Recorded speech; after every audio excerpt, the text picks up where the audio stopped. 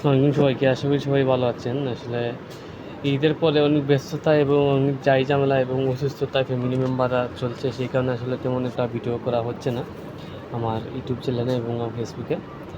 তো যে বিষয়টা নিয়ে আসলে কথা বলবো, এই কদিন যে আমরা দেখতে পাচ্ছি আপনাদের মেকাশে শাকিব খান, যিনি ইন সিনেমার একটি আপনার স্পেশাল যে আপনার শো হয় আপনার ইন্ডাস্ট্রির সবাই কলা কুশলীদের নিয়ে এখানে গিয়েছিলেন এবং দুই নায়িকা ওনার সাথে ছিল এবং দুই নায়িকাকে নিয়ে যে নোংরামিটা হচ্ছে, আসলে আমি মনে করি এটা আসলে আমরা বাংলাদেশের মানুষের মেন্টালিটি কতটা খারাপ, এটা হচ্ছে একটা বহিঃপ্রকাশ। আসলে অন্যান্য ইন্ডাস্ট্রিতে আপনার একজন নায়ক নায়িকা তারা ওপেনের চুমুকার, আপনার তাদের এইগুলো কোনো ম্যাটারই করে না তাদের এইগুলো। সেই কারণে তো ভাই তারা নায়ক নায়িকা।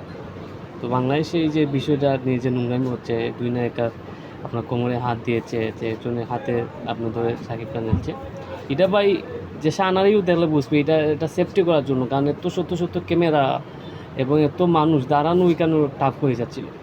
তো সেখানে আপনার দুই নায়িকাকে একজন হিরো হিসাবে এবং আপনার যিনি ইন্ডিয়ান যিনি ছিলেন আপনার নায়িকা, ওকে সেভ করার জন্য এবং সুষ্ঠু মনের কাছে রেখে বুঝতে দেওয়া যে কোনো প্রবলেম ফেস না করতে হয়, এবং সেই কারণেই আসলে এই দুজন নায়িকার সাথে এরকম ইনি করেছেন এবং এটা খুবই লম্বান বিষয়।